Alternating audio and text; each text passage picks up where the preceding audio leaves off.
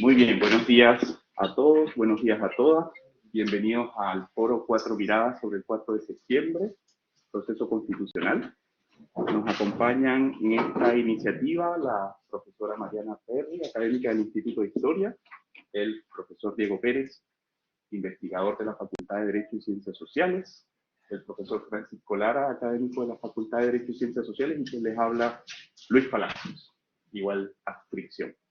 El propósito de esta instancia es generar un espacio de reflexión a tan solo días del domingo 4 de septiembre, y se trata de la última actividad que sobre esta temática se va a desarrollar previo al plebiscito. Por supuesto, posterior al plebiscito se generarán otros espacios atendiendo también su resultado, y en este sentido el orden y el tiempo de exposición es breve para asegurar más bien preguntas, comentarios, alcances que ustedes quieran compartir con los expositores o entre ustedes, y por lo tanto cada expositor va a disponer de 10 minutos para abordar un aspecto que desde su expertise haya determinado, y luego de las 4 exposiciones abriremos el espacio a preguntas y comentarios. Desde luego, muchas gracias a todos por estar presentes y también a quienes se encuentran conectados a través de Blackboard. Profesora Mariana, tienes la palabra. Antes de eso tienes la cámara del computador, ¿por qué no pones la de aquí arriba? Vamos a intentar, porque no, por alguna razón no se activa. Yo te ayudo. Pero por mientras que comience nomás. Comienzo entonces. Muchas gracias a todos por estar aquí hoy día. Gracias a Luis por la invitación. Como bien señaló, mi presentación.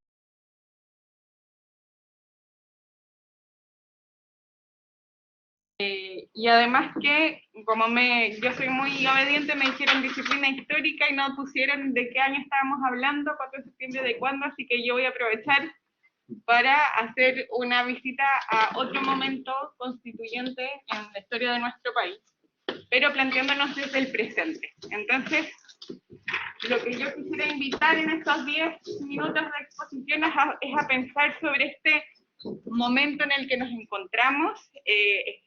Yo voy a proponer que estamos atendiendo un momento histórico generador de sentido, en donde como sociedad, y esto es un punto clave, estamos modificando nuestra percepción de la temporalidad. ¿A qué me refiero con esto?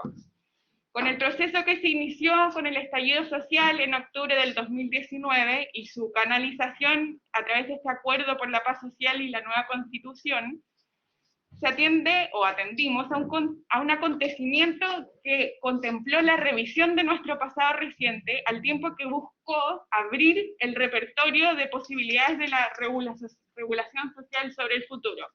Es decir, a propósito de estos eventos que mencioné, se acude a un pasado para encontrar el origen de este malestar. Y aquí me sonaba fuerte el eslogan, no son 30 años, son 30 pesos. Entonces, perdón, al revés, no son 30 pesos, son 30 años. Entonces, a partir de este hito modificador del tiempo regular histórico, se nos modifica, o modificamos entre todos como sociedad, nuestra concepción histórica. O sea, empezamos a mirar hacia atrás y una narración que quizás teníamos más o menos homogénea sobre cómo entendíamos nuestra propia historia reciente, con este hito generador de sentido, como le llaman otros.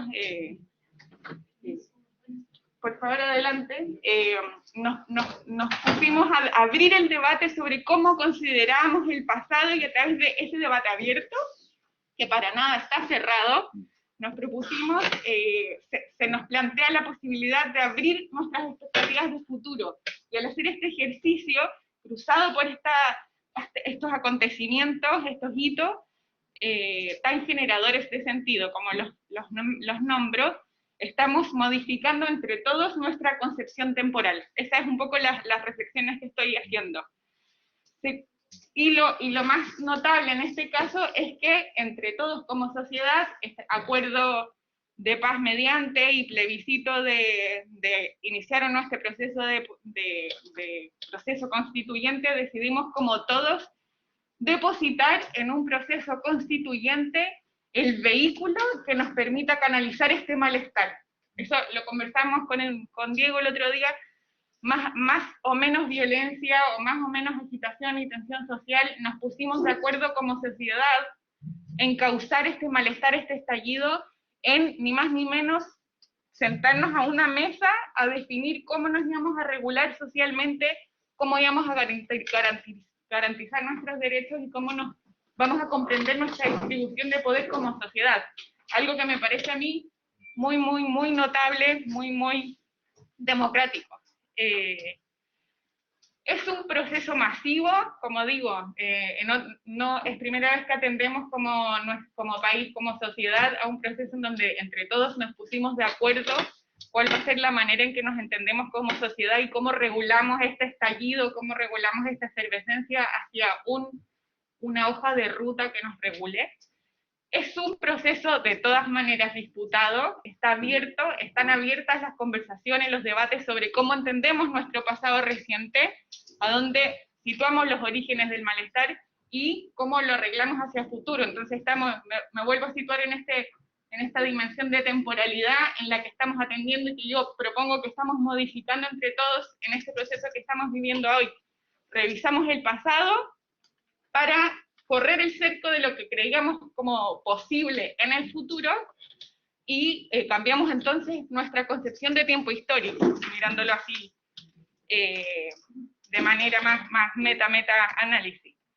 Insisto, es disputado, no está cerrado, está abierto a discusión, pero justamente como sociedad abrimos este debate, y eso es lo que me parece interesante, a revisar nuestro pasado para revisar nuestras expectativas de futuro. La historia del tiempo presente, que es una disciplina que podemos utilizar para estas reflexiones, nos hablaría de un acontecimiento generador de sentido, en palabras de uno de sus exponentes, Henry Russo, una última catástrofe. Se dice que a partir de una última catástrofe que le podemos aplicarlo en distintos momentos de la historia, Segunda Guerra Mundial, golpe de Estado, lo que ustedes consideren que cumple los requisitos, es un acontecimiento fundador que irrumpe en el tiempo y que abre el fenómeno que altera esta concepción de tiempo histórico que se venía construyendo. Por lo tanto, ese es el momento en que estamos viviendo hoy en día como sociedad, un momento generador de sentido. Por lo tanto, en este momento constituyente vemos alterada la conciencia histórica, que la entendemos como una expresión cultural del tiempo histórico que se manifiesta en los múltiples cruces de cómo en un presente determinado toda sociedad se relaciona tanto como con sus experiencias, fueron los 30 años, memoria colectiva, como con sus expectativas, o sea, el horizonte del futuro. O sea, más o menos como para ordenarnos, quiero establecer estos tres conceptos: un momento fundacional o generador de sentido, una revisión del pasado a propósito de este momento, modificación de las expectativas a través de una noción que posiciona a una constitución como puente en este nudo o acontecimiento o catástrofe que interrumpe o modifica nuestra temporalidad. Y ahí, ahora es cuando yo me voy a la historia, voy a hacer una revisión. ¿Voy bien el tiempo? Sí.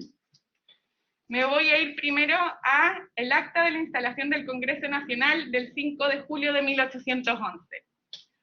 Y parto con el discurso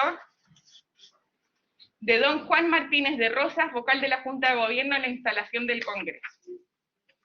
Aquí él está, en el fondo, haciendo el discurso inaugural para ponerlos en contexto, y él está justificando por qué los criollos tenían este derecho, o este deber más bien, de darse este autogobierno en un contexto, los que están en mi curso saben de qué contexto estamos hablando: secuestro del rey Fernando VII, las juntas en Sevilla. Entonces acá los criollos también queremos darnos nuestro propio gobierno. Entonces habla este estado de crisis, este estado de tinieblas, no nos llegan bien las noticias, no sabemos qué hacer, no sabemos en qué confiar. Tiene una mirada muy crítica sobre el despotismo, que no culpa por supuesto al monarca, a Fernando VII, porque se mantiene por lo menos en la narrativa muy, muy leal, pero dice: vivimos en un verdadero caos, y nuestra vista solo alcanza el reducido horizonte formado por impenetrables tinieblas que tal vez habría disipado, pero tarde, una sorpresa exterior o un volcán que reventase bajo nuestros pies. El momento generador de sentido que estoy mencionando.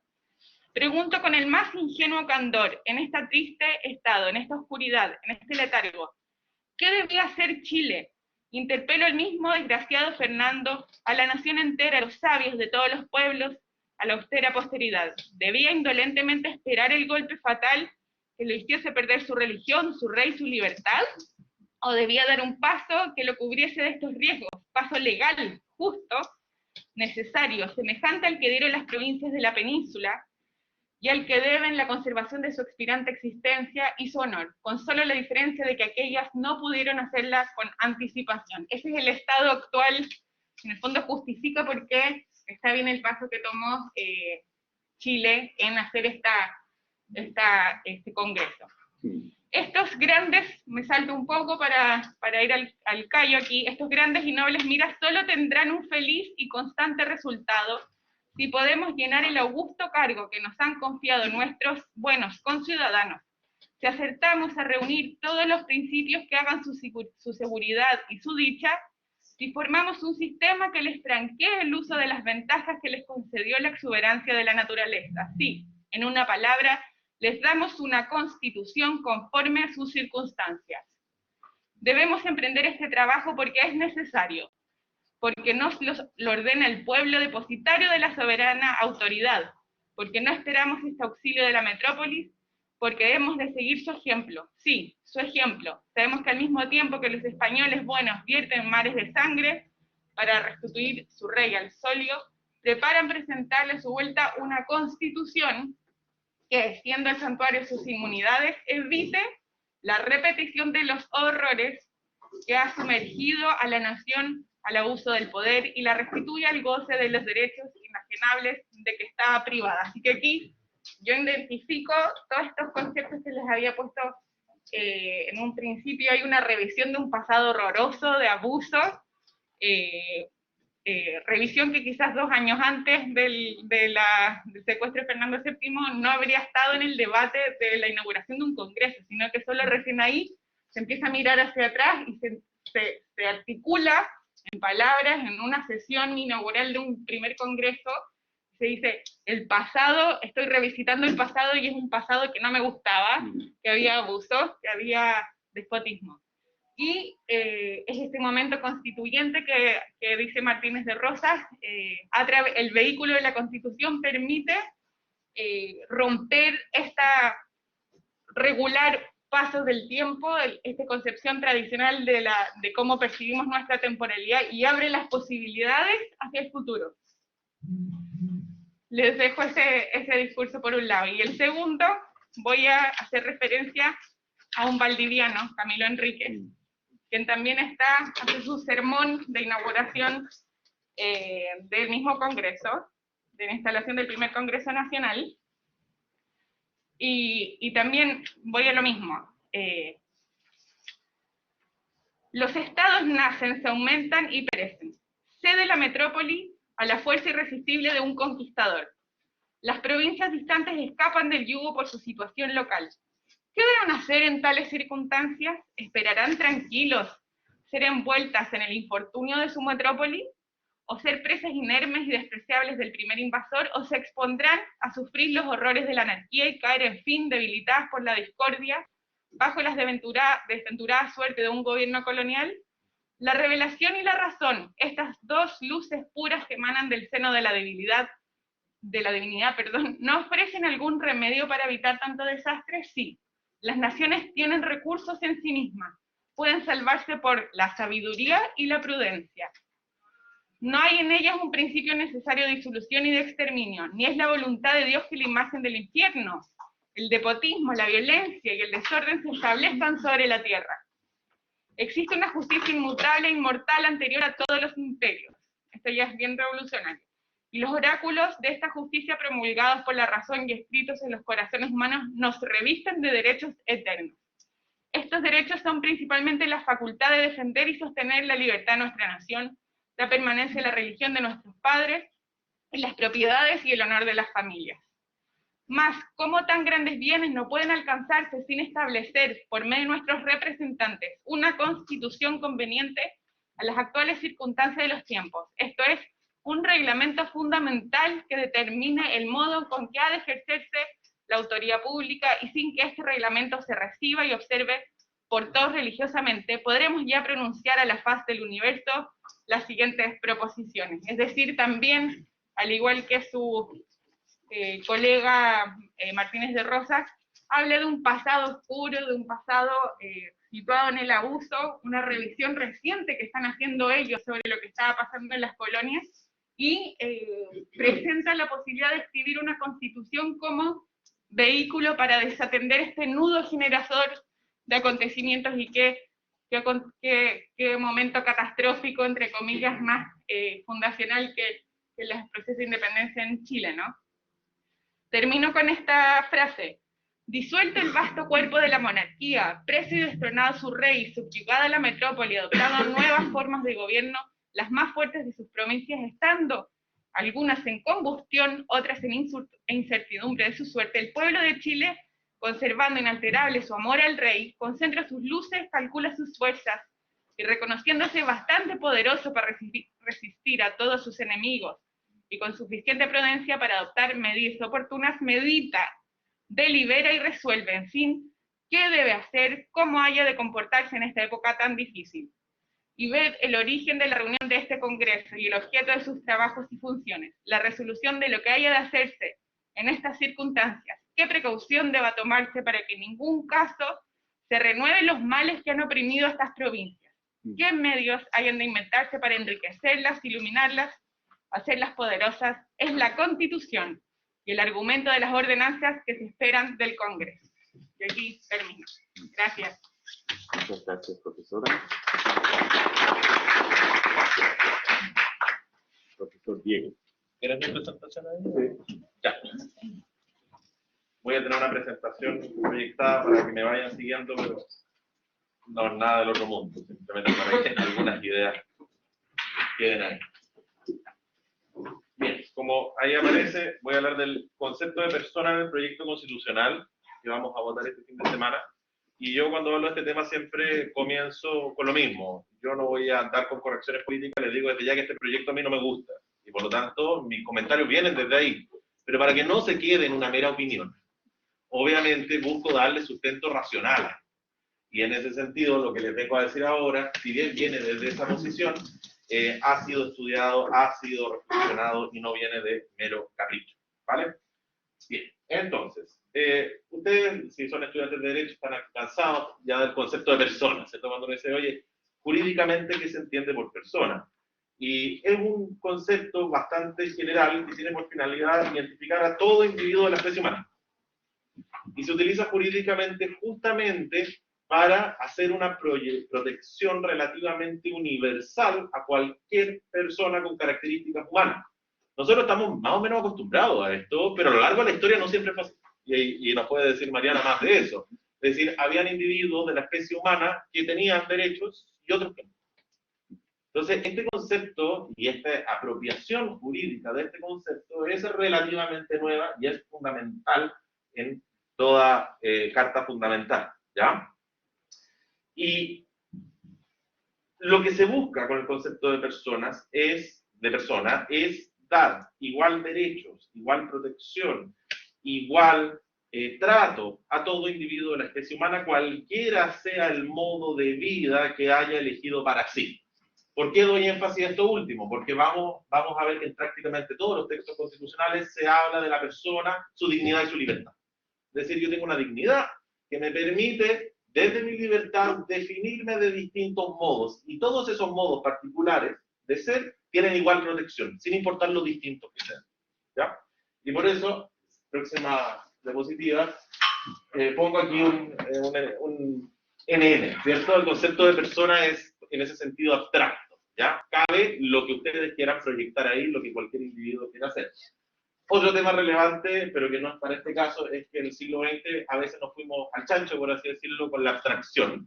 Y el concepto de derechos humanos perdió sentido, y Hannah Arendt habla de eso en el totalitarismo, ¿cierto? ¿Qué pasó con el Holocausto? El concepto de derecho humano era tan abstracto que no podía identificarse con ningún individuo concreto.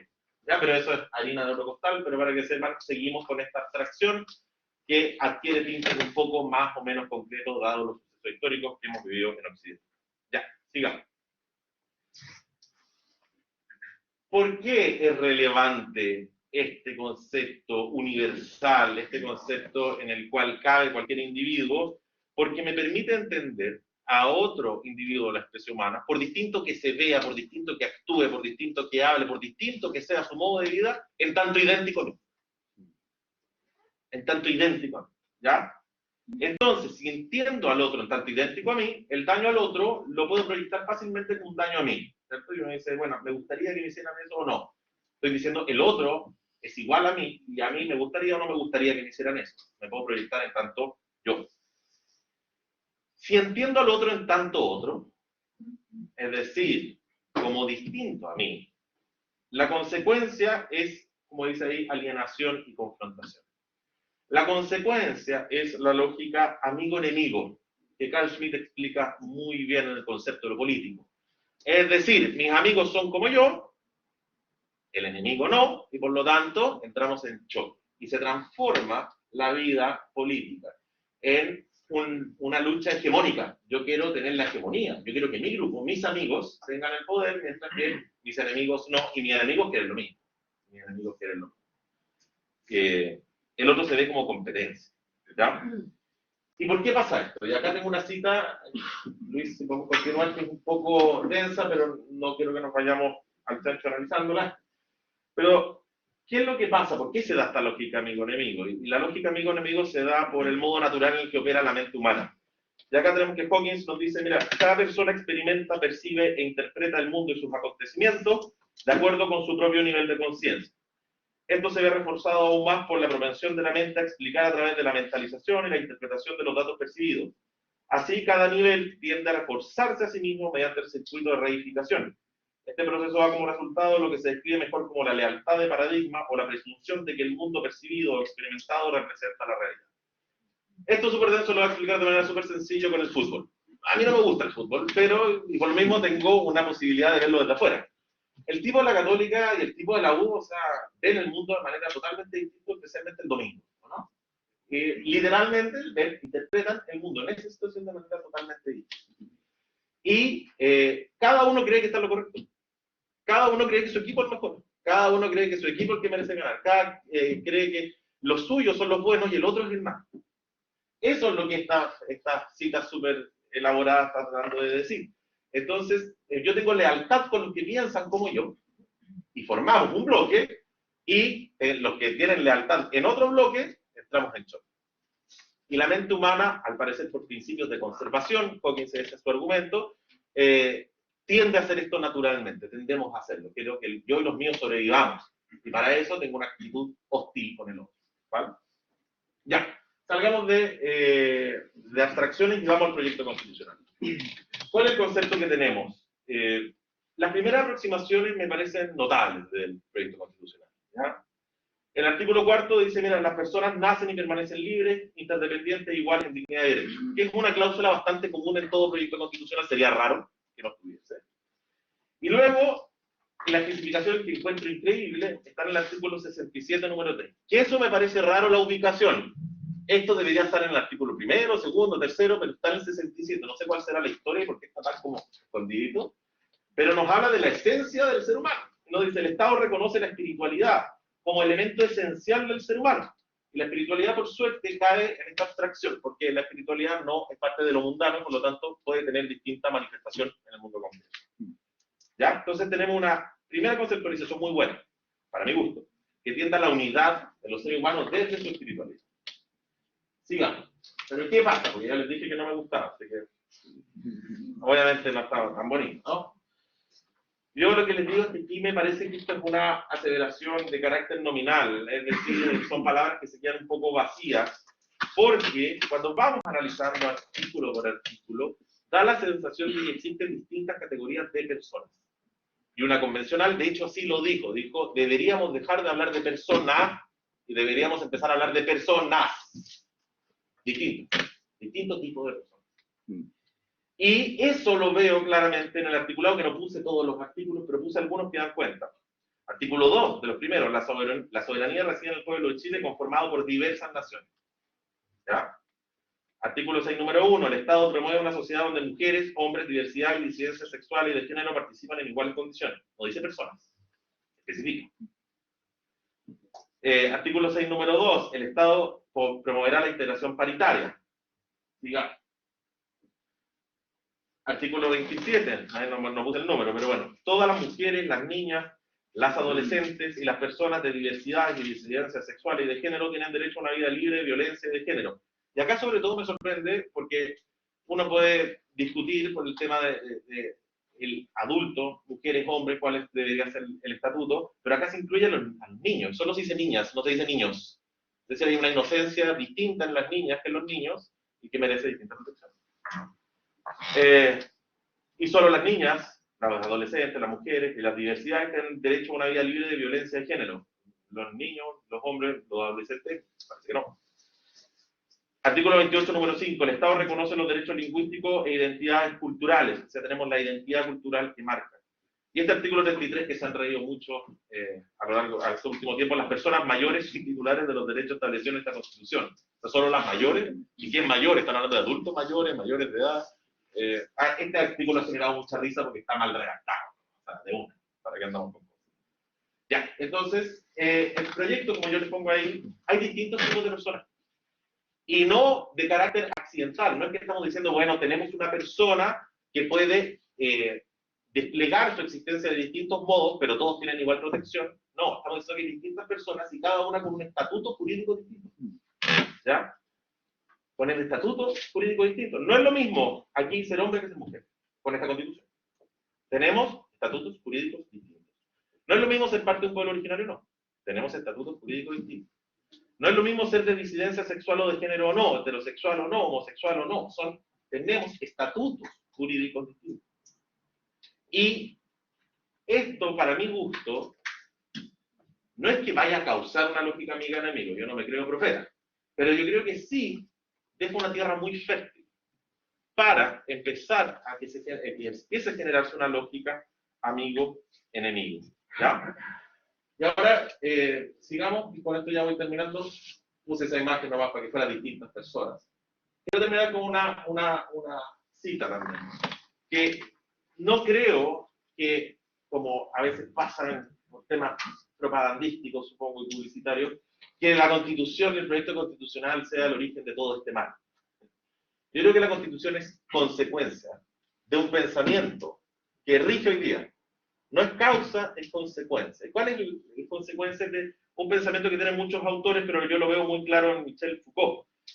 Y acá les leo, en nuestros días, y Nietzsche señala aquí también el punto de inflexión, lo que se afirma no es tanto la ausencia o la muerte de Dios, sino el fin del hombre. Se descubre entonces que la muerte de Dios y el último hombre han partido unidos. Dado que ha matado a Dios, el hombre es el mismo quien debe responder a su propia finitud. Pero dado que habla, piensa y existe la muerte de Dios, su asesino está abocado él mismo a morir. Dioses nuevos, los mismos, hinchan ya el océano futuro. El hombre va a desaparecer. ¿Qué es lo que está diciendo? Los seres humanos estamos viviendo en una época desfondada, por así decirlo. Ya las grandes instituciones y los grandes pensamientos que nos permitían definirnos, pienses en la iglesia, pienses en toda la lógica espiritual, pienses en la razón, pienses en las universidades, hemos fallado. Y por lo tanto el hombre queda solo, definiéndose a sí mismo desde su finitud. Pero, y acá podemos estar de acuerdo o no, lo que dice Foucault es que el hombre siempre busca matar a Dios. Y por lo tanto ahora, como él es Dios mismo, él se mata a sí mismo. Está condenado a ser su asesino. Y por lo tanto el concepto de persona, que justamente esta esencia de la cual los seres humanos nos aferramos y a la cual tenemos que, al parecer, nos dicen los grandes, que es lo que continúa después, ha desaparecido. Y hace sentido, por lo tanto, ya no hablar de persona, sino que definirnos de nuestra propia finitud, desde nuestro cuerpo, desde nuestra idea, de nuestros modos de vida. Y hace sentido hablar de personas y no de personas. Eso. Muchas gracias.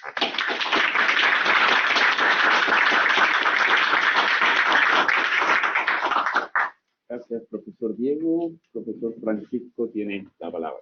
Gracias. Hola a todos, gracias por la asistencia. Estoy un poquito resfriado, así que no voy a poder hablar muy fuerte. A ver, yo quiero abordar este tema de la mirada económica desde el cambio de paradigma que significa en el orden público económico. Acá para que se escuche. Bueno, ya sé. Para que se para que la gente... Cambio acá. ¿Estás tan lejos de mí? Por lo visto. Por el perfil. Ahora sí. Ahora sí. Les decía, voy a abordar este espacio desde el cambio de paradigma que significa este borrador de constitución a el orden público económico. Hay distintas aproximaciones conceptuales del orden público económico, o lo que otros han llamado constitución económica. Pero quiero destacar una de don José Luis Sagaña, que por lo demás fue decano de esta universidad, y él lo define en términos bien claros. El orden público económico es un conjunto de principios y normas jurídicas que organizan la economía del país y facultan a la autoridad para regularla en armonía con los valores de la sociedad nacional formuladas en la Constitución. En armonía con los valores de la sociedad nacional. Entonces, al parecer estamos frente a una disyuntiva de valores. Por una parte tenemos la Constitución vigente del 80, cuyo máximo valor en materia económica, dentro del orden público económico, es la libertad económica. Y por otra parte, lo que se propone en el borrador es un valor totalmente distinto, es un valor de solidaridad. Como voy a pasar a desarrollar del análisis de 3 subtemas de estos dos, de este conflicto de principios, ¿vale? Entonces, bueno, nuestra Constitución es bien clara en el artículo 19, número 21, la Constitución vigente, en plasmar el derecho a desarrollar cualquier actividad económica. Establece ciertos límites, que son los límites clásicos, el orden público, la moral, la seguridad nacional, y que por lo demás la actividad económica tiene que siempre respetar las normas legales, ¿verdad? El ordenamiento jurídico vigente.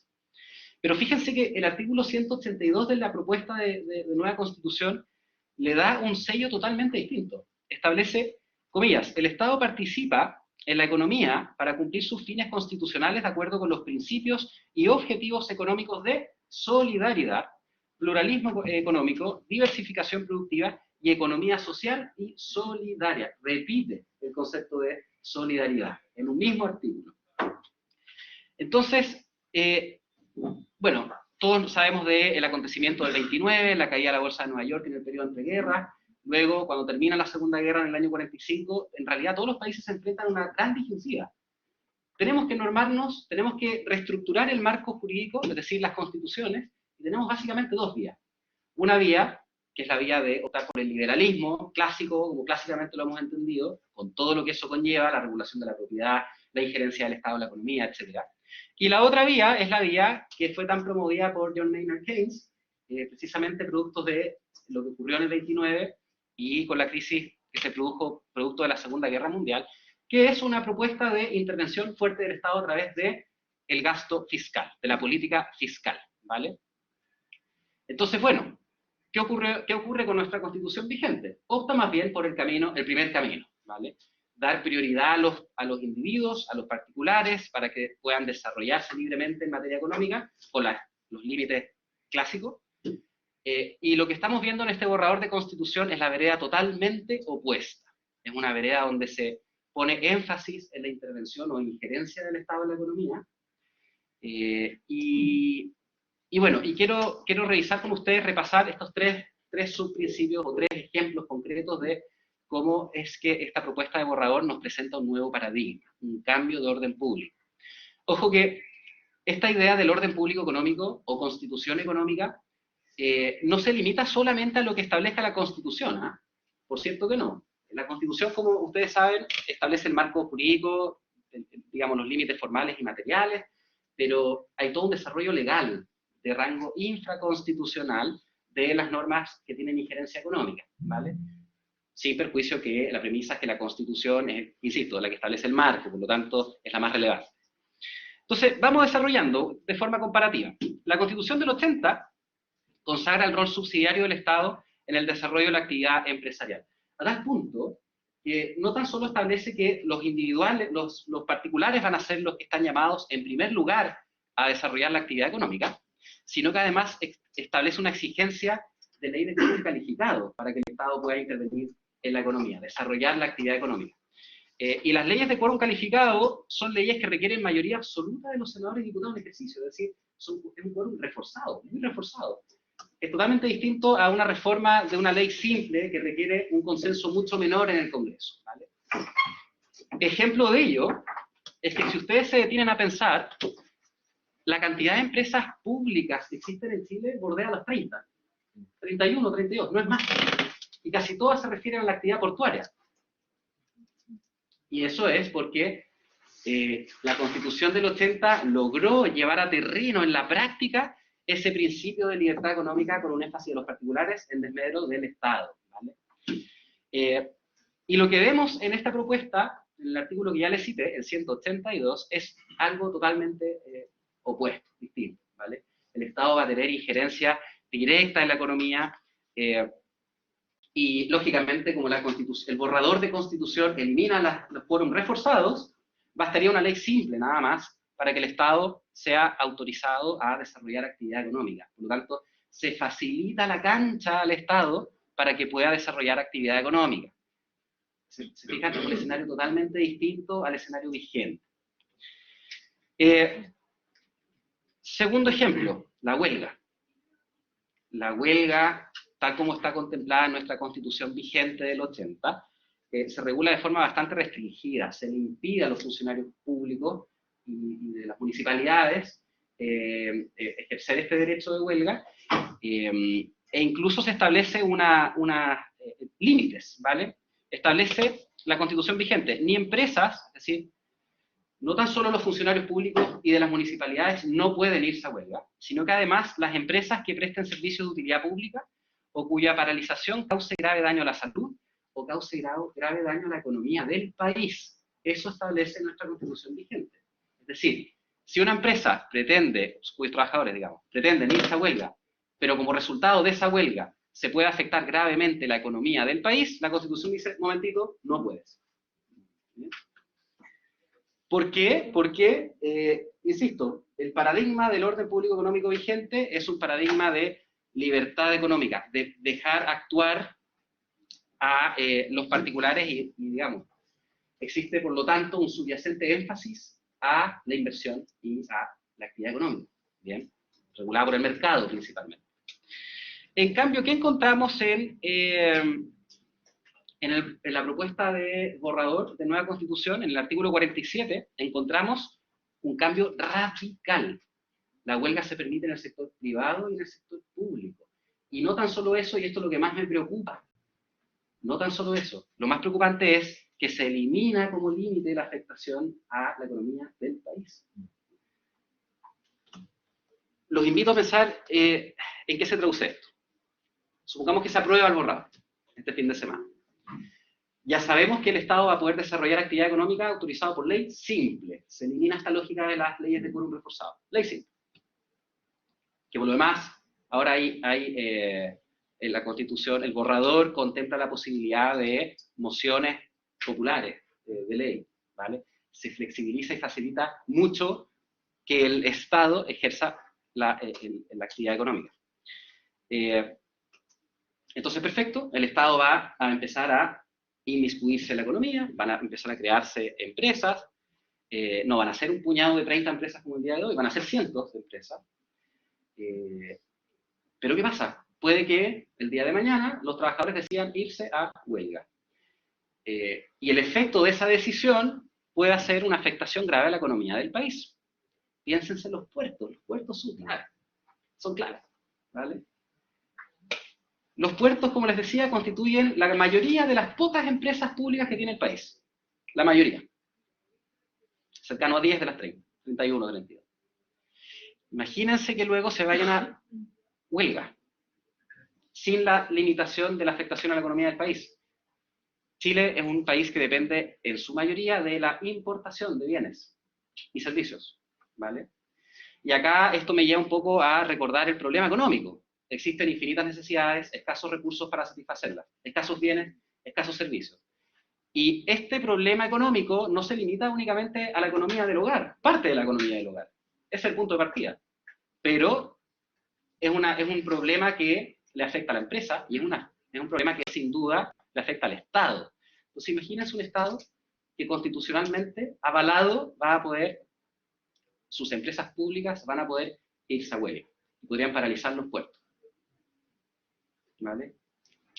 Yo creo que se está claramente dejando notar cuál es mi opinión general de este borrador. Pero es que lo veo muy grave. Es muy grave desde el punto de vista económico.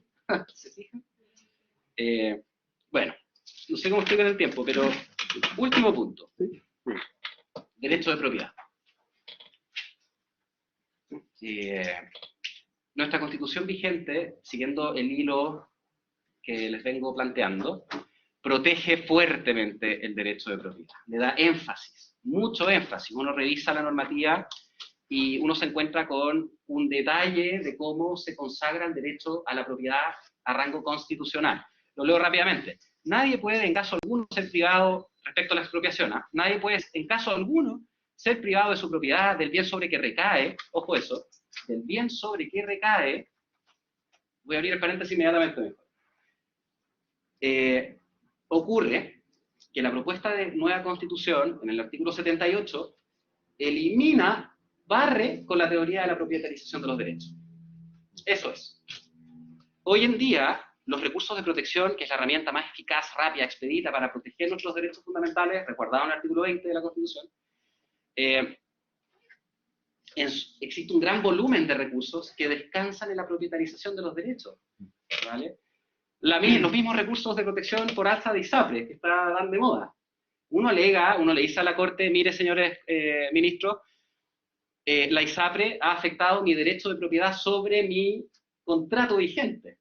Propietarización de los derechos, y eso se utiliza en una inmensidad de casos diversos que son puestos en la esfera de conocimiento de las Cortes. El borrador de Constitución borra esa opción, ¿vale? No la contempla. Se acaba la protección a la propiedad que se tiene sobre los bienes, entiéndase, cosas corporales e incorporales, ¿vale? Los derechos. Y sigue el artículo 1924. Entonces, nadie puede en caso alguno ser privado de su propiedad, del bien sobre que recae o alguno de los atributos o facultades esenciales del dominio, sino en virtud de una ley general o especial que autorice su expropiación por causa de utilidad pública o de interés nacional. El expropiado podrá reclamar de la legalidad del acto expropiatorio y tendrá siempre derecho a indemnización por el daño patrimonial efectivamente causado, la que se fijará de común acuerdo, o en sentencia dictada conforme a derecho. A falta de acuerdo, la indemnización deberá ser pagada en dinero efectivo. Y como ustedes ya habrán escuchado en las noticias, la propuesta del artículo 78 es muy breve. Únicamente señala, ninguna persona puede ser privada de su propiedad, sino en virtud de una ley que autorice la expropiación por causa de utilidad pública o interés general declarado por el legislador, ¿vale? Nada dice sobre el derecho sobre los bienes, o sea, el derecho de propiedad sobre los bienes. El propietario, la propietaria o propietario siempre tiene derecho a que se le indemnice por el justo precio del bien expropiado. Y acá surge otro debate. Pareciera ser bastante más objetivo, desde el punto de vista de la cuantificación del daño a indemnizar, la fórmula de la Constitución vigente, ¿vale? El daño patrimonial efectivamente causado. Es decir, en un juicio civil, cuando uno está discutiendo el monto de la indemnización, bueno, basta con que uno contrate un par de peritos, un par de corredores de propiedades, y uno le dice, mire, en este sector, en este barrio está ubicada la casa, por favor indíqueme el costo de las propiedades aledañas, y le va a decir, mire, hay un promedio de 100. Ah, ok, entonces mi propiedad debe estar en un promedio de 100. ¿Se fijan? La idea del justo precio ha sido debatida por largos siglos, y apunta más bien a una justicia distributiva, ¿vale? Aristóteles se hizo cargo de eso, Francisco de Vitoria, nada menos, también se hizo cargo de eso, y apunta a una justicia distributiva, ¿vale? Y acá, bueno, se podría abrir otro paréntesis que lo voy a abordar muy brevemente porque creo que estoy pasado. Pero adelante, por favor. Vale, gracias. Con esto termino. El valor de las cosas. El valor de las cosas. Porque claro, uno podría abordarlo desde la vereda del justo precio, y por lo tanto esa vereda nos va a proponer que el valor de las cosas debería limitarse al costo de los factores productivos empleados para producir el bien o servicio. Pero yo creo en la otra vereda, la verdad, siendo honesto con ustedes. Es subjetivo el valor que le damos a las cosas. Si voy al supermercado hoy y me quiero comprar la botella de agua, probablemente el valor que le voy a dar va a ser los 1000 pesos que valga el litro. Pero si estoy en el desierto, voy a estar dispuesto a pagar mucho más, ¿vale? El mismo servicio de los abogados no va directamente relacionado al tiempo al tiempo que ustedes van a invertir en la redacción de un contrato. Va a ir relacionado a la complejidad del asunto, los conocimientos que ustedes tuvieron que adquirir con anterioridad en el tiempo, etc. ¿Vale? Así que con eso cierro mi intervención y aproximación económica.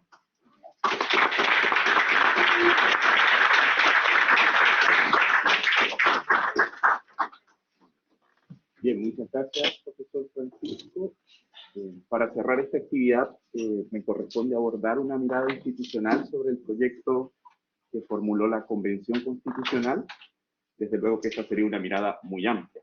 Por lo tanto, me voy a concentrar específicamente en cómo el proyecto de nueva Constitución establece reformas sustanciales a la estructura del poder legislativo chileno, del cual, al menos por las caras que veo, por supuesto conocen la regulación actual, eso espero, ¿no? Por lo que, en virtud del tiempo, me voy a centrar solo en las observaciones al proyecto de nueva Constitución. Hay que partir señalando que el contexto en el cual se produce la discusión sobre el poder legislativo fue probablemente en el cual tuvo mayor incidencia la negociación política entre las coaliciones representadas en la Convención.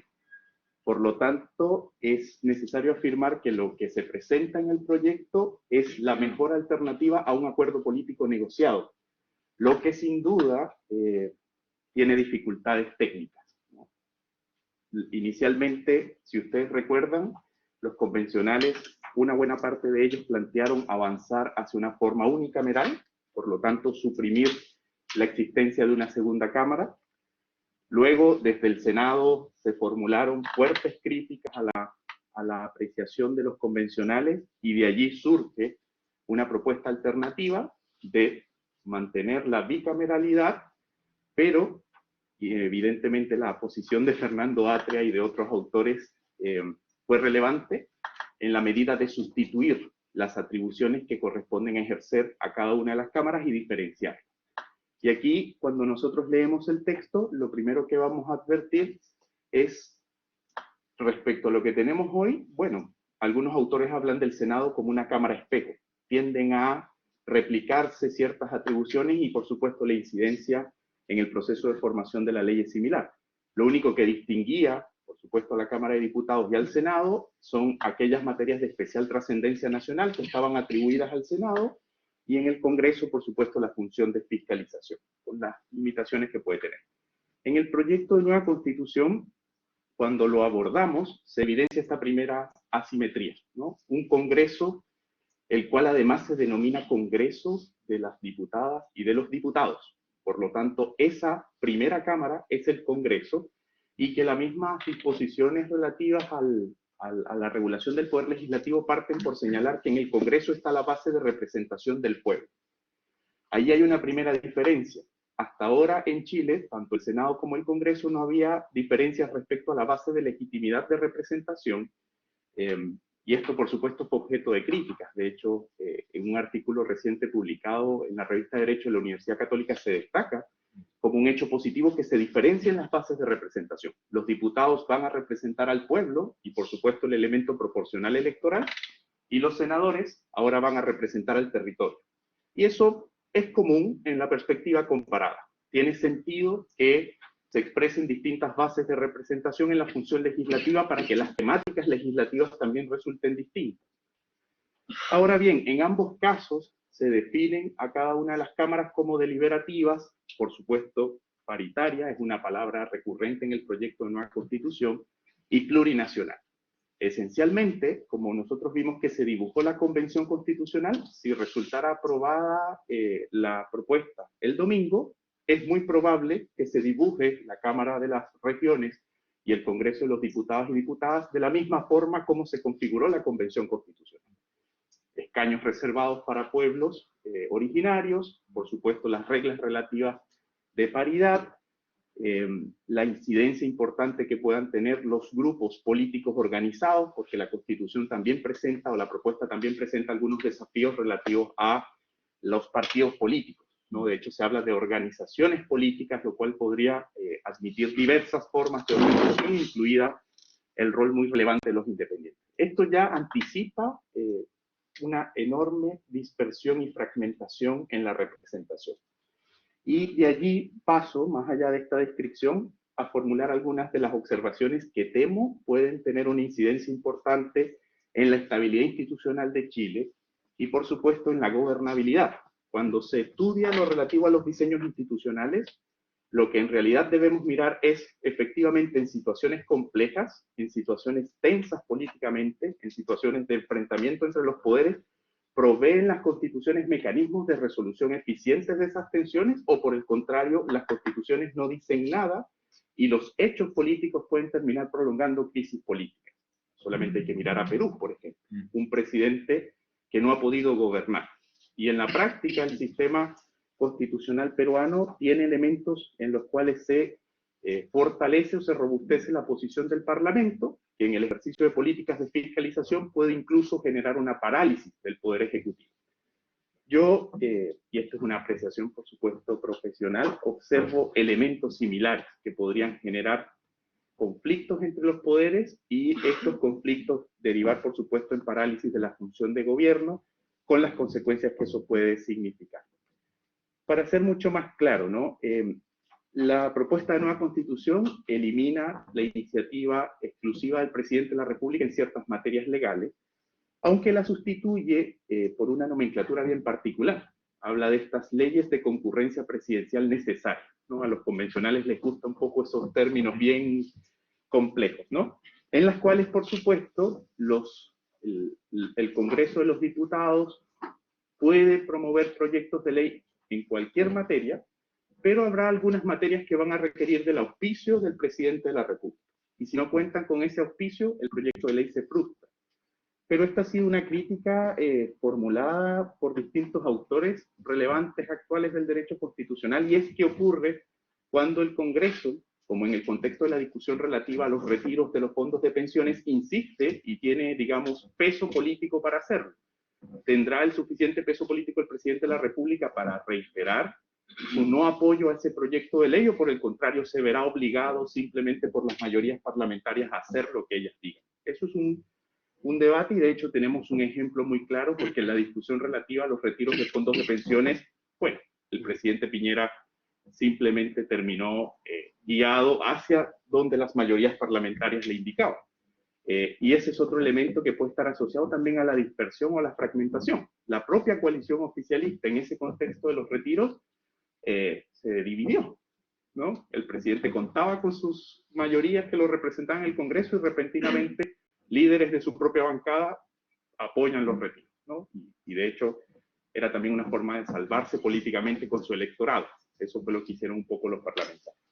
Al eliminar esa iniciativa, yo creo que se pueden presentar este tipo de problemas de gobernabilidad y estabilidad, y un poco lo señalaba el profesor Francisco, la posibilidad cierta de que proyectos de ley que tengan imputación al presupuesto puedan ser formulados libremente por las mayorías parlamentarias circunstanciales también podría generar dificultades de orden económico. Aquí el principio de previsión presupuestaria y de legalidad presupuestaria quedarían en un segundo plano y muy debilitados, ¿no? Se reduce igualmente, y esto es algo que poco se ha hablado, el poder de veto del presidente de la República. Y aquí hay otro elemento de Atria y de otros autores muy importantes, en los cuales, por supuesto, se suprimen las supramayorías.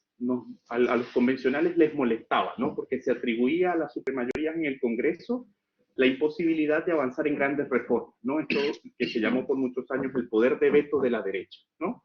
Efectivamente, esta es una norma que en los procesos de formación de ley reduce los quórums supramayoritarios y opta más bien por quórums muy bajos. En el caso del poder de veto, el Congreso podría insistir, ¿no?, en la aprobación de un proyecto de ley con una simple mayoría, salvo que el presidente presente un veto absoluto a la norma, que la Constitución también lo incorpora, y allí tendría que aumentarse a 4/7, pero siguen siendo quórums muy bajos. Hay unos cambios que permiten al Congreso incidir en la tramitación de la ley de presupuesto, y en este sentido lo que teníamos hoy era el presidente definía un marco y había poco margen de maniobra para el Congreso al incidir en la determinación de las rentas públicas.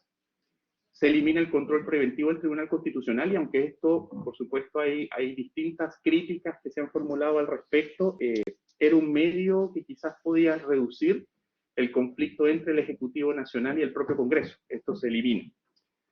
Se suprime la atribución exclusiva del presidente para determinar las urgencias, por lo tanto el presidente ya no es el titular de la agenda legislativa, Y esto eventualmente podría significar que aquellos esfuerzos de naturaleza legislativa orientados a llevar a cabo la política pública comprometida por el Ejecutivo Nacional podría verse también obstruida. Si bien en una charla previa que tuvimos el profesor Diego hablaba, ¿qué pasa si las mayorías coinciden, ¿no? Un presidente en la moneda y su mayoría parlamentaria en el Congreso, allá hay riesgos. Pero, ¿qué riesgos también puede suponer si una mayoría de oposición se hace del Congreso y un presidente de la República se ve limitado en el uso de sus recursos institucionales para llevar a cabo su plan de gobierno? Y aquí es donde operaría esta especie de parálisis o de fuego cruzado permanente entre el Poder Legislativo y el presidente de la República. Y ahí hay un elemento importante, ¿no? El presidente ya no definiría la agenda del Congreso respecto a la prioridad de sus propios proyectos, sino que esto está modificado. Aquí, sin duda, estas críticas dejan evidenciar que estamos también frente a un bicameralismo asimétrico. La Cámara de las Regiones, aunque su nombre también es rimbombante, ¿no? Es una Cámara que queda reducida a ciertas materias de ley.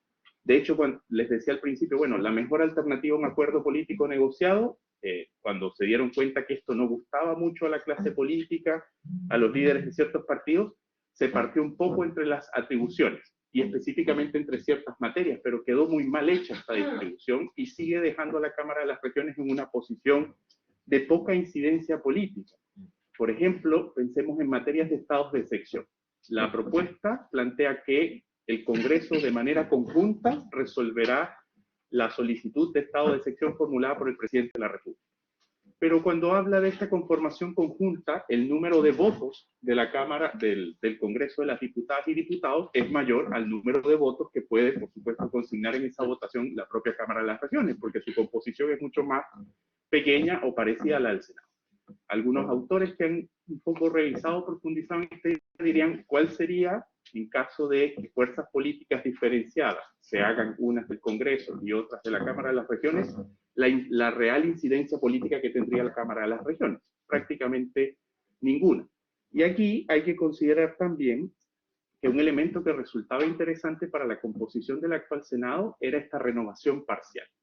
La renovación parcial tenía una justificación dada porque, bueno, son 8 años actualmente en el ejercicio de la función de senador, y de alguna u otra manera se apostaba a que quienes hacían carrera política en el Senado, bueno, ellos demostraban cierta madurez, cierto ímpetu de contención frente a situaciones políticas complejas, y esto aquí no, aquí vamos a elegir cada 4 años a los integrantes de las cámaras de las regiones y por supuesto al Congreso de los Diputados y Diputadas, y en este sentido la madurez política que ha de forjarse en virtud de los acuerdos, y de hecho la amistad cívica que podría incluso producir un periodo prolongado en el ejercicio de la función legislativa, ya no la vamos a tener.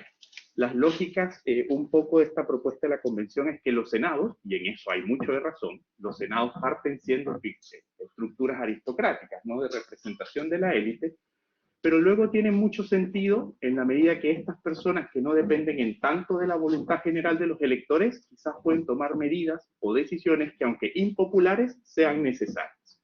A diferencia de lo que ocurre en el Congreso o en la Cámara de Diputados actual, donde, bueno, las decisiones en muchos casos están medidas por mi electorado en mi circuito va a votar de nuevo por mí, si tomo esta decisión o no. Esa lógica, entonces, de extensión de plazos en la elección de una y otra Cámara parecía ser sensata en el diseño institucional de la Constitución del 80, pero eso hoy se rompe.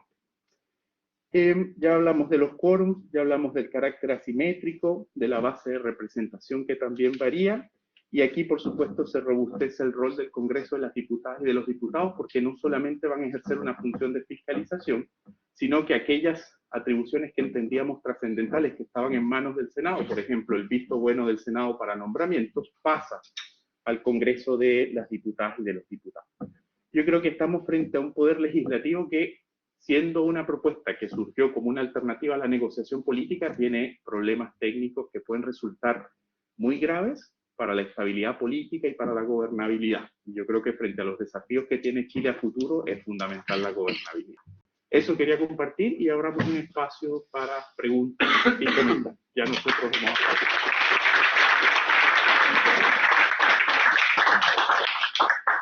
¿Preguntas? Allá. Bueno, agradecer la sesión, me pareció bastante interesante. Yo vengo de la historia, así que siento bastante muy interesante la discusión que se da. Lo primero que quisiera destacar de este proceso constitucional, que a lo largo de la historia se ha visto de que es la primera vez que no hay una intervención militar dentro de un proceso democrático. O sea, el proceso democrático que se hace abiertamente, se hace con 155 convencionales y en un año. Igual puedo entender que pueden haber varios errores, porque se nota que se hicieron muy apurados, que se están sobre la hora. Y a diferencia de la constitución anterior, que tuvieron 7 años para poder hacerla a justa medida, pensando todos los plazos que podían haber, porque la constitución justa demoró 7 años, Sí. 5 y tuvieron 2 años más para poder retocarla. Entonces fueron tiempos diferentes. Es una propuesta que nace de. Yo estoy en un hilo histórico, ¿cierto? De estos muchachos del 2011.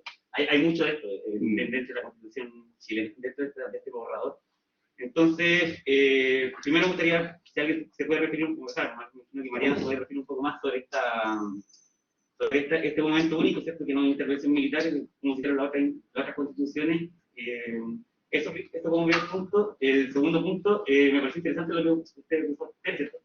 Me parece interesante lo que decía entre hombres y mujeres, pero yo creo que en la realidad social, o la realidad, en la práctica, creo que sí las mujeres tienen, son diferentes, o sea, son diferentes en el sentido de, por ejemplo, pueden sufrir violencia de género fácilmente. O sea, yo, por ejemplo, como hombre, no me siento tan interpelado. No. Entonces, creo que esa diferencia es importante echarla, visibilizarla, y por eso yo creo que se hace de esa forma, ¿no? Se deja en el texto explicitado que las mujeres sufren violencia de género, las disidencias sexuales también la sufren, y uno como hombre en realidad puede caminar por la calle a las 3 de la mañana, lo más horrible que era, pero nada. Entonces, eso creo que por eso se visibiliza. Y el tercer punto que quisiera abordar, bueno, todas las expresiones muy interesantes, estaría hablando mucho rato, pero quiero cerrar con lo último, en torno al derecho de huelga, que es algo que me llama, o sea, creo que es uno de los pocos derechos que tienen los trabajadores en su conjunto, y que se le limite, o sea, y que se le abran las puertas a los trabajadores públicos para poder hacer eso, creo que es necesario. Creo que tampoco va a ser una dictadura del proletariado que van a imponerse todos los trabajadores. O sea, un trabajador nació para una huelga, tiene que tener un respaldo social, tiene que haber los motivos por los que hay huelga. Entonces creo que ese podría ser un contrapunto que veo yo. O sea, creo que el derecho a huelga es muy importante para los trabajadores para conseguir su demanda. Eso me gustaría cerrar, no sé, como primera intervención. ¿Y que quiera tomar la palabra? ¿La paso yo si quieres? ¿María?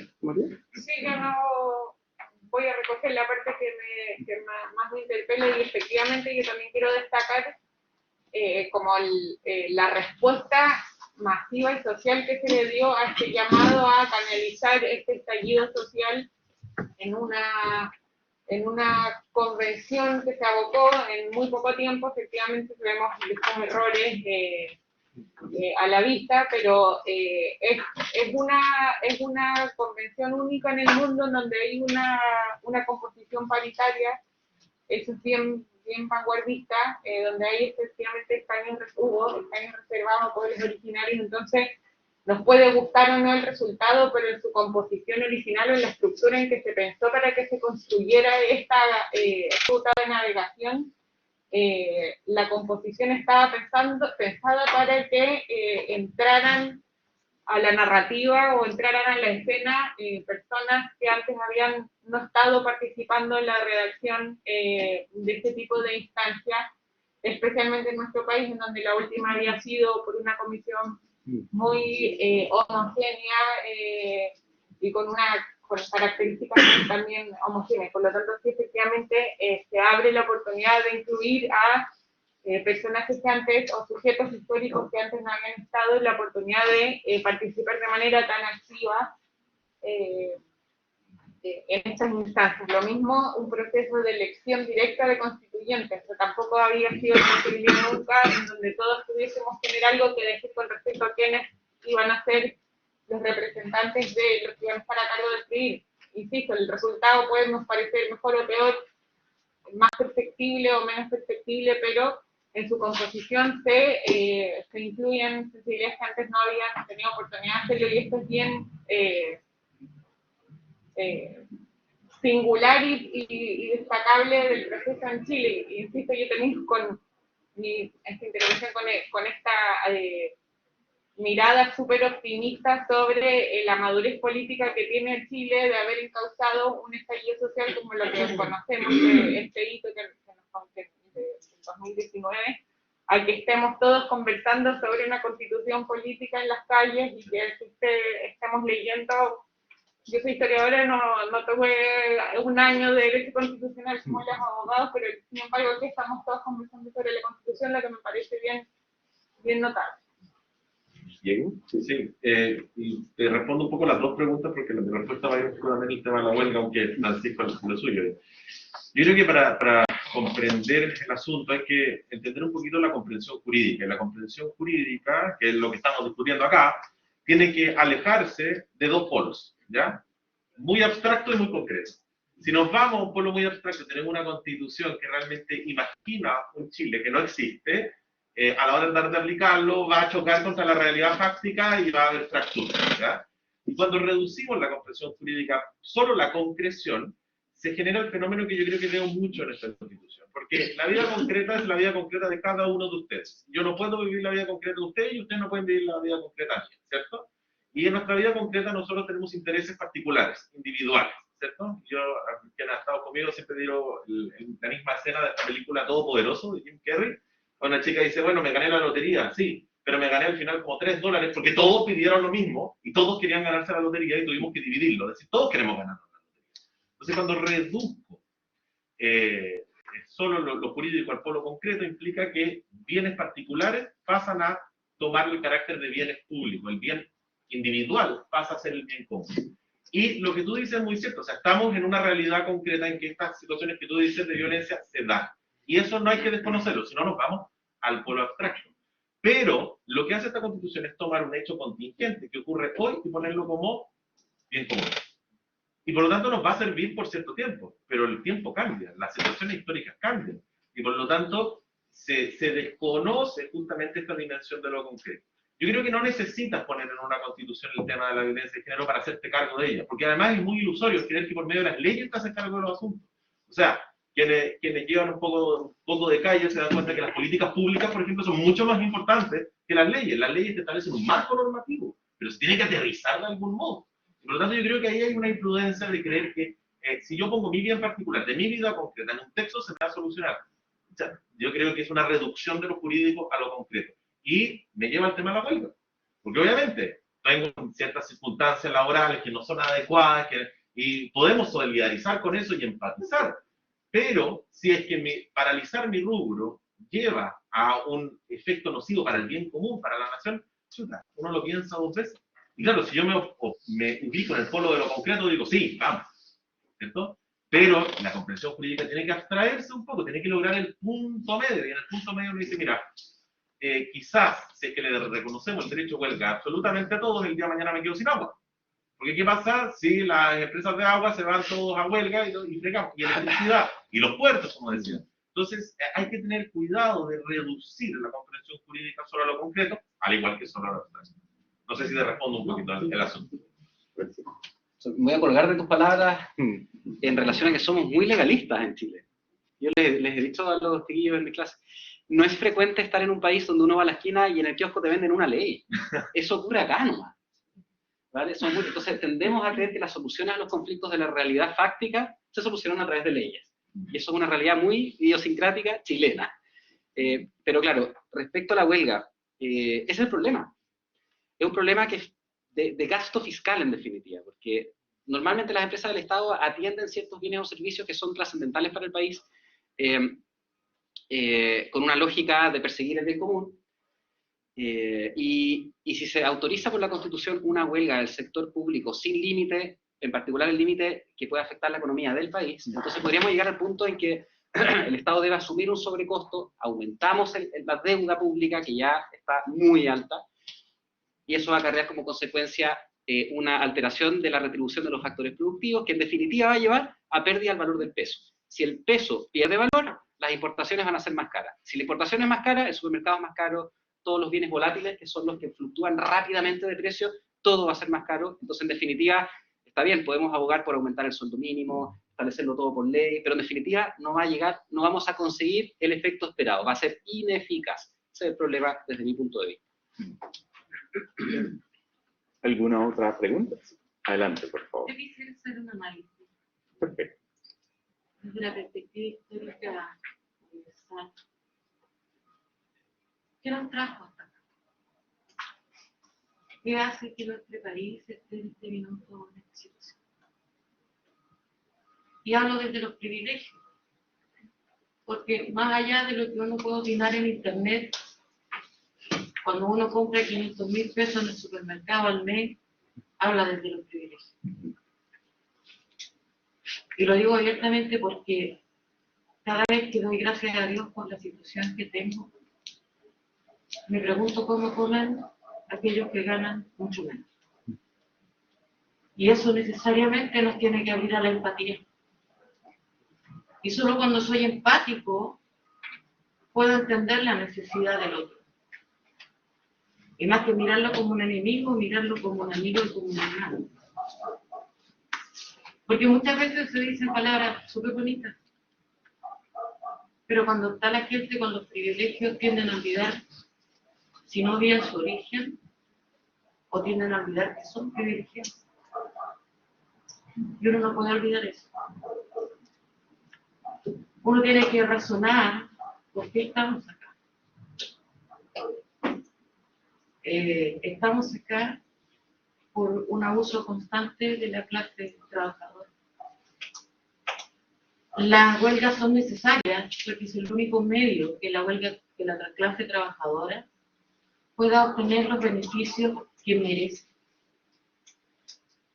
Que a más allá de lo que diga la Constitución, hoy día los portuarios igual se van a huelga, todo esto igual se va a huelga, la gente de la salud igual se va a huelga. La diferencia es que se pueden contratar reemplazos y no se negocia rápidamente la salida de la huelga. Si nosotros hubiéramos tenido sueldos que se hubieran reajustado como se reajustó la UEF, de acuerdo a un IPC real y no el estimado, ¿cierto?, el promedio, sino que realmente lo que se reajustaba mes a mes el IPC. No estaríamos en este escenario tampoco, porque los sueldos también se habrían reajustado al mismo nivel. Uno no puede estar supeditando los derechos laborales al desarrollo macroeconómico de un país. Foxley y Aninat dijeron que Chile tiene un problema de generosidad. Uno ha tenido acceso a facturas de compra en el extranjero, donde un vestido o un tazón que a mí me venden en Falabella a 3.000 pesos, voy a hablar del tazón solamente, a 3.000 pesos, o a 7.000 pesos uno bonito, llega puesto en el puerto al negocio en 150 pesos. Si a Chile le vendieran los precios que realmente corresponden, o como nos enseñan en economía a calcular cuánto cuesta mi trabajo, mi mano de obra, yo no tendría que estar pagando 300.000 pesos por ese tazón, tendría que estar pagando 500 pesos. Y Falabella igual ganaría plata. Pero es tal el nivel de ambición que hemos llegado a este escenario. Y por eso, yo sí acuñé mientras lo escuchaba una frase que se me vino a la mente. No me cabe la menor duda que si le hubiesen preguntado a la nobleza de Francia si aprobaban ser decapitados para cambiar la condición de su pueblo, obviamente habrían rechazado. Un cambio de paradigma merita derrotados por un fin superior. Hoy, gracias a Dios, no necesitamos decapitar a nadie, solo aprobar. Muchas gracias. Muchas gracias. ¿Alguien quiere hacer alguna pregunta o comentario? Ya, Y con respecto a la huelga, una consulta, profesor. Si bien la huelga es el método constitucional que nosotros tenemos, ¿no se vería mayor expresado esta libertad sindical, amparando también al sector público? Pero mi pregunta es, ¿no se nivelaría porque que el sector público, supongamos, aprueba, como dice usted, empieza a avanzar esto y el sector público puede empezar a avanzar teniendo más empresas? ¿no se nivelaría con el sector privado? Si se va a huelga uno, el otro quizás no se vaya a huelga, y así la economía no se nivelaría en ese sentido. Yo pregunto. Es difícil dar una respuesta, que al final el tema está claro, en cuánta confianza uno tiene en el mercado o cuánta confianza uno tiene en el Estado como gestor de los recursos. Y esa es toda la disyuntiva. Alguien que tiene confianza en el Estado, entonces, claro, va a confiar en que el Estado cree empresas, que sus funcionarios puedan irse a huelga con todo el impacto económico que pueda tener, y por otra parte, el mismo análisis respecto a las empresas privadas, porque claro, la empresa privada, si sus trabajadores se van a huelga, quien soporta el costo y la anomalía de la retribución de los factores productivos, es decir, los costos para la empresa, va a ser la empresa. Si ocurriera en el sector público, seríamos todos nosotros, no la empresa, porque el Estado no es un ente que está ahí en la nebulosa, somos todos nosotros. Entonces, sería una afectación directa a lo que yo pago por impuesto a la renta, por IVA, o por todo tipo de impuestos que determinan marcas fiscales. Entonces yo creo que es imposible saber el futuro, punto uno, pero va en un juego de confianzas. ¿Cuánto confiamos en el Estado? Si hay confianza, entonces deriva en toda la propuesta de esa vereda. Y por el contrario, si uno confía más en el mercado, entonces uno se va por ese carril. Esa es la disyuntiva.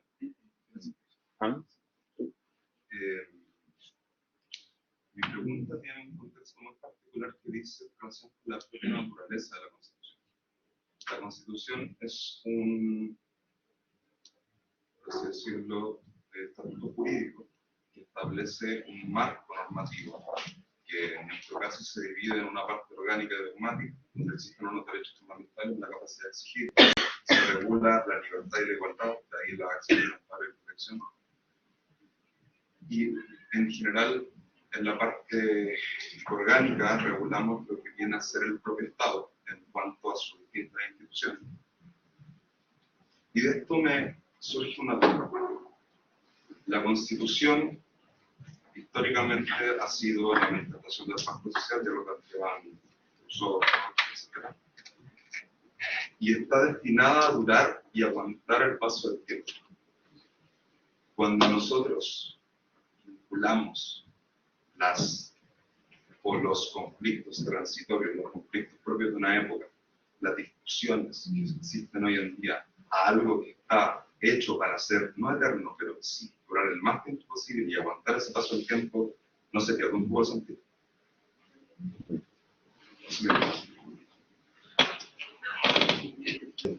Para mí. Lo veo. A ver, primero te podría poner un eslogan, que no sé si conocían este libro que existía, que todavía venden, que se llama Menos Prozac, más filosofía, ¿no? Yo creo que con las leyes es lo mismo. Menos leyes, menos constituciones y más filosofía. ¿Por qué? Porque como tú bien decías, una constitución es un marco.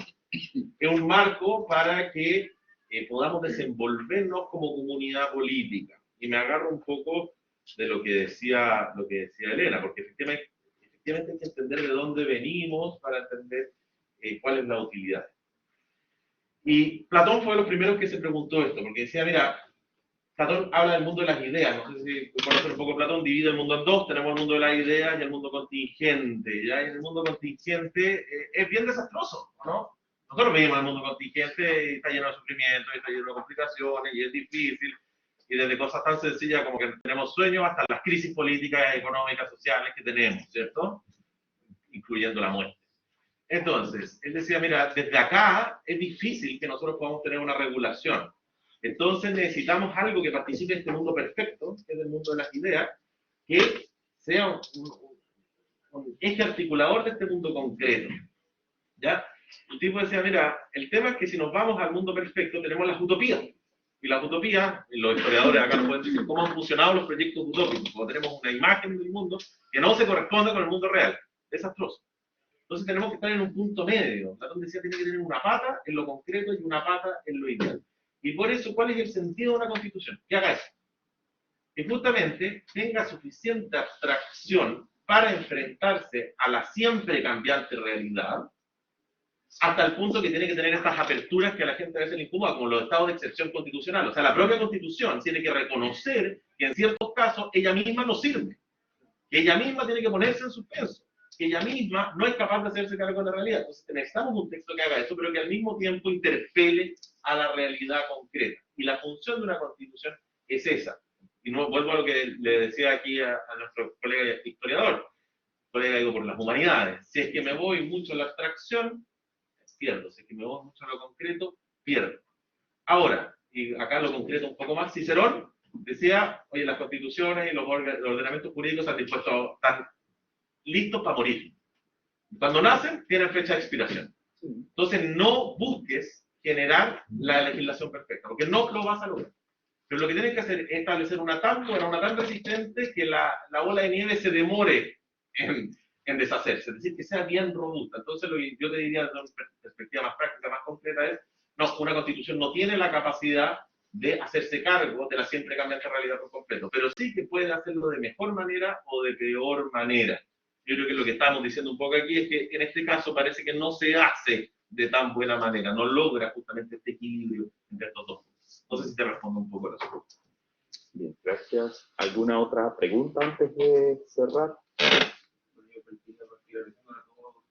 Por, digamos, la exposición, casi todos ustedes son expuestos en vivo, y que hice una pequeña comentario en relación a esto, y también plantear una pregunta para todos ustedes, para que se vayan a la casa pensando en ello. Primero quiero plantear una premisa, que es la siguiente, que por último estamos de acuerdo que estamos en desacuerdo. Y en relación a esa premisa, sentémonos a hablar de las cosas que estemos de acuerdo, porque hoy en día, por lo que planteó el profesor Diego, respecto a las personas, yo también hace un tiempo cuando empecé a leer la respuesta de Constitución por ahí en julio, me llamó la atención de que por el 0,0001% de las cosas en las que estamos en desacuerdo, ya no hay acuerdo.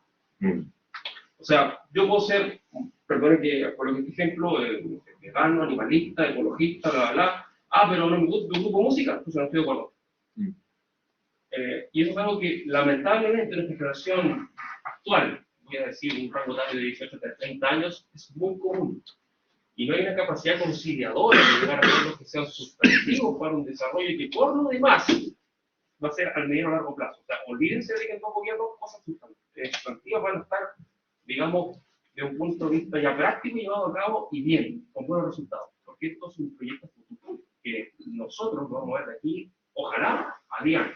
Pase lo que pase, porque hay que volver a trabajar y generar, digamos, los ingresos, las políticas, y también que la clase política se ponga al tiro en relación a lo que se llama, digamos, una voluntad política, que realmente sean acuerdos buenos, y no olvidándonos también de las personas que dan, digamos, un margen de respecto al conflicto democrático y los vencidos, que también tienen garantías mínimas que tienen que respetar. Eso no se lo puede olvidar, porque hoy en día, lamentablemente, la democracia se entiende como 50+1, exacto, pero el diálogo no está, y las garantías mínimas tampoco. Si uno pregunta en la calle, no, democracia 50+1, y es lo que te hace una persona de a pie, la mayoría no. Pero el diálogo, el respeto, bueno, sí se puede. Y en relación a lo que es esta realidad, yo concuerdo con todo lo que han expuesto en relación a esta evolución. Personas, economía, también el proceso histórico, que también yo hablo mucho, que Chile por primera vez en su historia, yo fui antes de derecho, entonces yo sé lo que plantea el historiador en relación a lo que están los proyectos constitucionales, es no mirar. Pero yo también comparto de que a mí lo personal no me gusta muchas cosas que se están planteando en este proyecto. No estoy de acuerdo en la manera que se han hecho. Pero yo creo que no se trata de buenos contra malos, ni de ricos contra pobres, ni de oprimidos contra opresores, ni de derecha contra izquierda. Se trata de, en este momento, lo que va a ocurrir el domingo, lamentablemente, como algunas personas lo han dicho, de gente que quiere la democracia versus gente que quiere en una manera, digamos, de llevar las cosas a través de la violencia, como lo que ocurrió en el Congreso con el diputado de la carrera, y vamos a seguir. Entonces yo creo que todos estamos que queremos cambios. Yo sí quiero cambio de salud, yo sí quiero cambio de educación, yo sí quiero cambio de pensiones, y yo sí quiero cambio de orden público. Por supuesto. Y yo creo que, siendo esas cuatro principales ideas finales, que el 18 de octubre del año 2019 la gente se salió a manifestar por eso. Después le retiró no en la Constitución y ya, y picaron. Perfecto, ya vamos a la acuerdo, la paz, etcétera, y todo lo que ocurrió hasta la fecha. Pero lo más importante es no olvidarse de esto, de que por favor estemos de acuerdo en que estamos en desacuerdo, que intentemos ponernos de acuerdo, porque hay mil maneras más en el siglo XXI de hacer las cosas. Yo soy una persona bastante clásica, a mí me gusta mucho el punto de vista del concepto de lo político de lo que plantea Aristóteles, o del mundo griego, digamos, del punto de vista que lo político iba directamente relacionado con lo social. Hoy en día esa idea en relación a estos autores se ha modificado, pero yo creo, humildemente, que no tengo ningún título ni grado para poder justificar esto, de que eso es lo que se perdió. no hay una conexión real, como planteé en relación a la analogía con los reyes franceses. No hay una conexión. Yo también radico en ello. Yo ya llevo 2 o 3 años trabajando, digamos, haciendo cosas en vez de diciendo cosas. Y cambia la realidad. Yo trabajo con voluntariado, con niños, también con abuelitos. Y claro, que digamos, son los 2 extremos que son más vulnerables de la constitución. Y claro, cuando uno deja de hablar tanto y opinar y pone la mano en la gente, las cosas cambian, porque uno ve resultados. Y por eso que también los quiero invitar a que hagamos cambios, porque no es tan difícil. Hay que tener un punto de voluntad y hacer las cosas. Y por eso quiero dejar con esta reflexión para que piensen un poco, porque usted tiene el derecho a votar el día domingo lo que usted quiera, porque es un derecho. Y ojalá que esos argumentos sean lo mejores posibles para votar lo que usted quiera. Pero pase lo que pase el día lunes, por favor, sentémonos a conversar. Porque gane la opción que gane, hay que conversar. Porque en relación a esto tenemos que dar los cambios. Y la pregunta ahora que va en relación a todo esto que he dicho es radica en, básicamente, si tenga la opción que gane, es una pregunta amplia para todos los expositores en relación al plebiscito general. ¿Cuál va a ser, en relación a todo lo que se ha hablado, el principal, o cuál sería para ustedes el principal desafío a corto plazo que tendría que enfrentar Chile? ¿La economía, el orden público, la unidad política? Esa es mi pregunta. En orden, ¿o no? Bueno, Sí. Parte tú, parto yo, pues. Sí, luego Francisco. Me toca, hoy día me tocó. Y con esto cerramos. Brevemente, lo primero que tú decías, yo quiero insistir en una frase que dije en mi exposición. Hay que entender que esto no es el proyecto constitucional que vamos a votar, no es la causa de los males, es consecuencia de un modo en el que se interpreta la vida en una época, que es la nuestra. Y lo que hay hoy día es un desfondamiento, hay un desarraigo existencial, no tenemos de dónde agarrarnos. Todas las tradiciones espirituales se han ido cayendo, las tradiciones políticas, las autoridades se han ido cayendo, las autoridades políticas e intelectuales se han ido cayendo, y por lo tanto el individuo queda solo. Hoy día lo que hay es una soledad existencial, y cuando yo estoy solo existencialmente me defino desde mi concreción. Cuando yo me defino desde mi concreción, veo a aquel que no se identifica del mismo modo que yo como enemigo. Lógicamente enemigo. Entonces es mucho más profundo esto, pero esa es como la síntesis para que entendamos, para que el problema que tú estás hablando es ese, es el problema existencial de una época que se manifiesta constitucionalmente, pero es mucho más profundo. ¿Ya? Y a tu pregunta concreta sería, ¿cuál sería el gran desafío? Yo creo que el gran desafío es político, con mayúscula. En Chile no tenemos proyectos políticos. Y esa es la verdadera crisis que tenemos. No hay proyectos políticos, nos hemos movido en 2 extremos, entre el populismo y lo que Jovino yo no ha llamado el Chicago gremialismo, que Hugo Herrera y Deportes hablan de eso, ¿cierto? Nos hemos movido en estos 2 extremos, pero en estos 2 extremos no hay realmente proyecto político, no hay discurso político, no hay plan político. Y hoy día tampoco lo tenemos. Yo tenía la ilusoria fe que si esta situación se llegaba a dar, que al parecer está en crisis este proyecto constitucional, iban a salir voces con proyectos políticos, y no lo estamos viendo tampoco. Entonces, ese es el desafío, porque solo si eso se soluciona, se va a chorrear para abajo, por así decirlo. Vamos a tener propuestas en orden público, pero sin eso vamos a seguir cada loco con su cuento. Vamos a seguir encerrados en esta individualidad. Eso sería mi punto. Francisco. Nada más que agregar, la verdad. La economía depende de lo político, la seguridad pública depende de lo político, depende de los acuerdos políticos. O sea, eso, a mi juicio, también es sin duda el gran reto, sin duda. Atendiendo un poco esa pregunta, que es una buena pregunta para cerrar, ¿no? La de los desafíos.